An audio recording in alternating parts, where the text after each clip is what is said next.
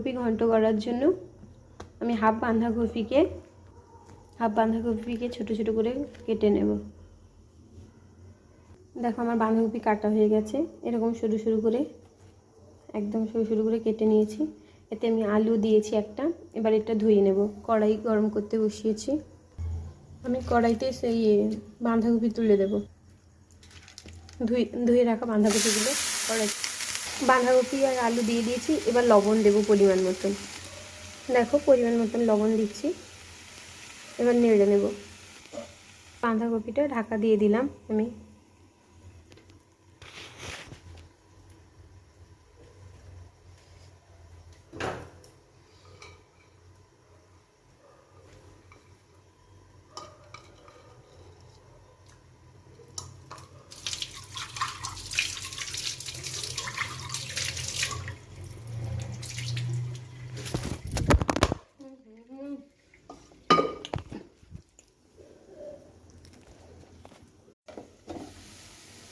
দেখি বাঁধাকপিটা যে রেখেছিলাম নুন দিয়ে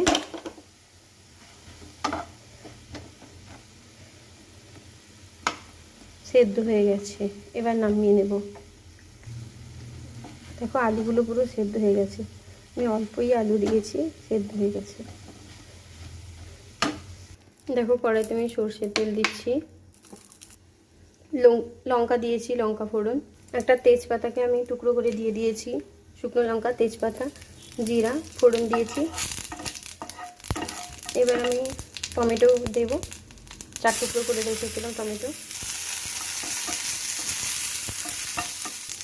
এবার আমি আদা দেবো, আদা গ্রেট করা।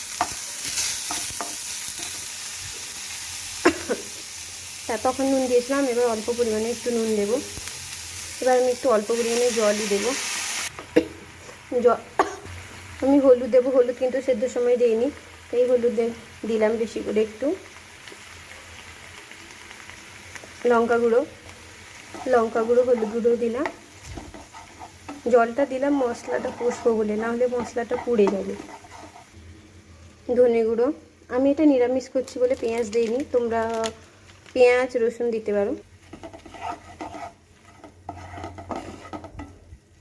ধনে গুঁড়ো, জিরে গুঁড়ো দিলাম, দিয়ে মশলাটা এবার কষবো ভালো করে। এবার ধনেপাতা কুচি আমি দিলাম, অল্প একটু ধনেপাতা কুচি দিয়েছি গন্ধের জন্য। এবার মশলাটা যতক্ষণ না তেল ছাড়ছে ততক্ষণ কষবো। দেখো আমার মশলা কষা হয়ে গেছে, তেল ছেড়ে দিয়েছে। এই সেদ্ধ করা বাঁধাকপি, হ্যাঁ তোমাদের বাঁধাকপিতে যদি জল লাগে